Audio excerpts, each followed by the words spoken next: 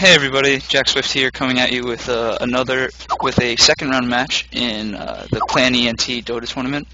Again, this tournament is for a cash prize of $100, and this is the round before quarterfinals, so it's still best of one, and it is between Team GomL and Fallen Wings.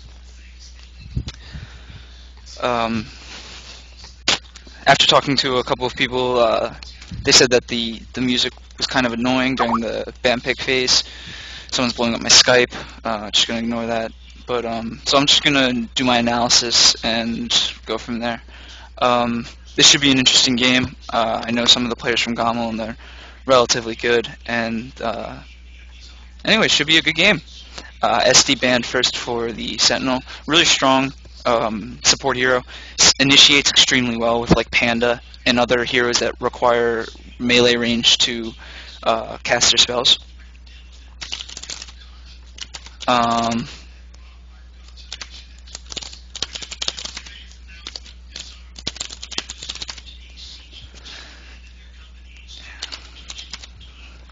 And he's just basically a really good initiator. Sorry about that. Just had to deal with that. And his amplification spell is really useful, and it goes really well in accordance with shoot, what's the spell's name? I forget. The one where you make two images of it and it imprisons them in like a void or whatever. Anyway, he's just a really good support hero and allows for some neat initiation in the lane phase. Batrider and Invoker banned for the Scourge. Batrider, in my opinion, the best laning hero in the game. Sticky Napalm is just the most obnoxious spell in the world. It's extremely useful against heroes that already have a low base turn rate, and even if they don't have a low base turn rate, you don't really realize how important base turn rate is until you play against a Batrider, and when you're trying to last hit a creep, you can't even turn your hero in time to get to it. And then Invoker, you know, classic first tier ban, 10 spells, he's very adaptable to almost any situation. He can pretty much perform any role relatively well, given levels. Lycan banned by the Sentinel. Really dominant hero. You leave him in the jungle for 12-15 minutes and he comes out with Vlad's boots and Necro 1 or something, gets a quick Rosh, comes out, gets treads, and he's a hero that can get really big really quickly because of his wolves. And the other thing is, those wolves are able to chase down supports while he goes after, like, he can use his wolves to chase down like a CM or like a VS, and then he can go after some other hero. And the wolves dish out some serious damage, as well as having max move speed as well as him when the ulti's down. When he's in his shapeshift, he's a very strong hero and definitely a force to be reckoned with. And he's a classic first tier ban as well. He's not someone you want to play against, especially if the other team has a decent Lycan, which I don't think either of these teams know each other, but it's still a safe ban. And Furion, 20-second teleport at level 7, as well as a global ulti that basically has a rollover effect and gains damage with each unit hit. It's great for clearing creep waves and allowing you to stop pushes in their tracks without having to send anyone down to that lane. Lich also banned. Really good support hero. Basically denies a fourth of a creep wave at every creep wave, and then the first creep wave can deny 1/2 of the creep wave, because you can deny one as soon as the wave lets out, and then as you follow up, you can use the spell again as it comes off of cooldown. Earthshaker, that's a really deadly combo. Sets up with Cold Feet, and then Earthshaker throws off a block, and basically stops the person from moving, first of all, which then allows the Cold Feet to take effect and stun the hero. And then second of all, they also block the hero with the fissure pathing. So that's just a really deadly combo. They set each other up very nicely.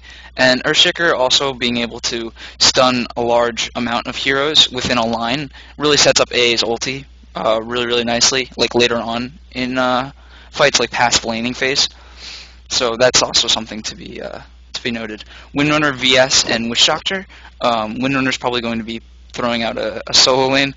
Um, uh, Maybe mid, maybe long lane. Probably not the soft lane. And since he already has two relatively tier, like basically what I think of a good way that I think of the unit heroes is like 1, 2, 3, 4, and 5. 1 being the hero that requires the most farm and should be allocated the most farm, and then it goes onward from 1 to 5. Basically, blue has his 4th and 5th pick, so he doesn't need the Windrunner in a tri-lane or a dual lane. He can put the Windrunner on a solo lane because he already has two heroes that are tri-lane effective or maybe tri-lane roaming jungling.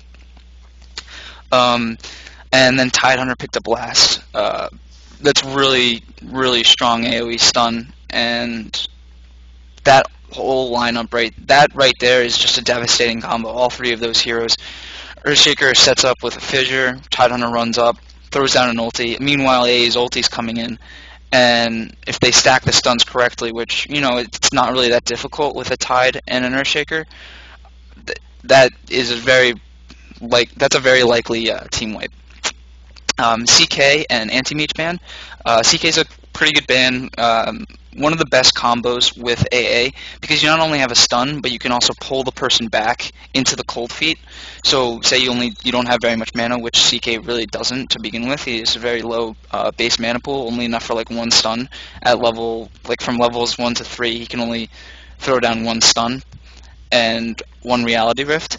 He can pull the hero back if timed correctly, and if you get lucky enough, and that'll still allow the cold feet to take effect. Anti-Mage hasn't really seen too much play lately because teams have realized that he's very, very good at picking off supports, but he gets demolished by a lot of carries, and he doesn't have really any effectiveness until very, very late in the game.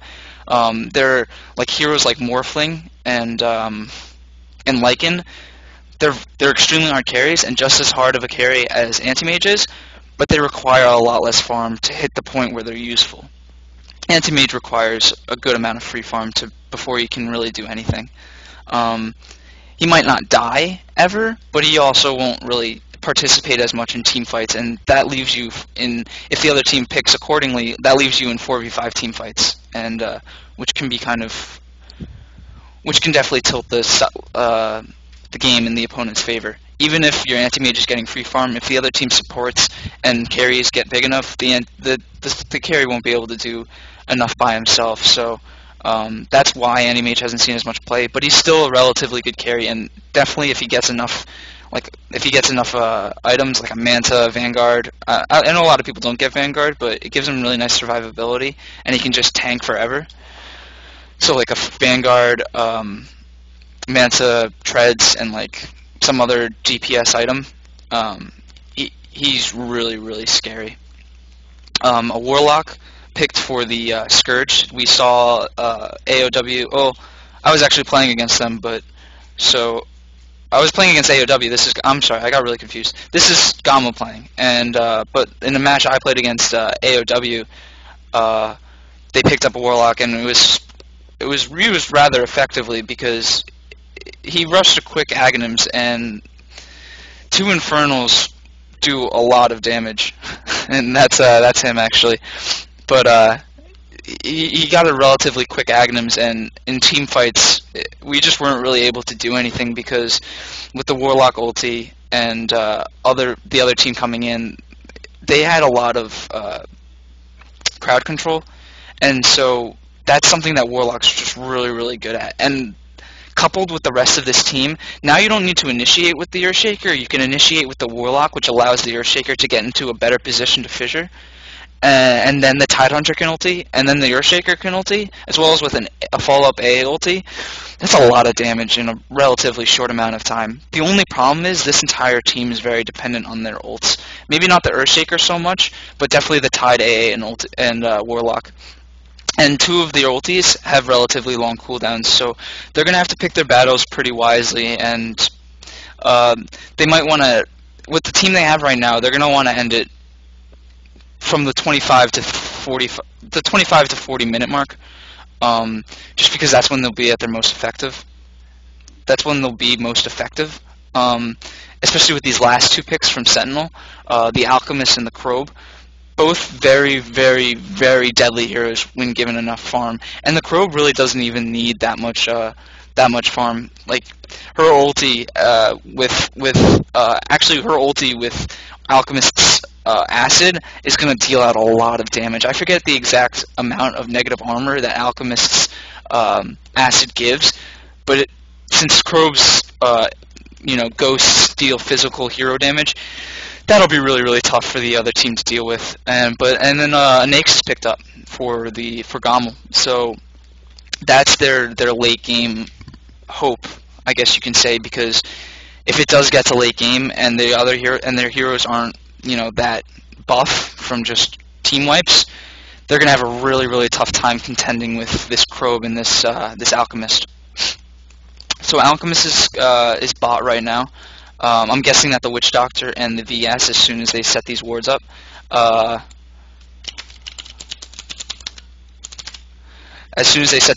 going to head bottom, and that's what it seems like they're doing. And then the Crobe's going to be solo mid with no regen. That might be a little tricky against this Warlock. Warlock can just get Fatal Bonds, spam that on him at like level 3, level 5. Level 3 when the Warlock's level 3, and when the Warlock is level 5. When the Warlock's level 3 and the Warlock's level 5, when Fatal Bonds is level 2 and 3. God.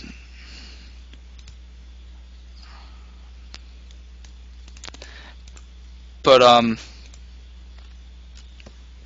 I forgot, I lost my train of thought, sorry. So when his Fatal Bonds is...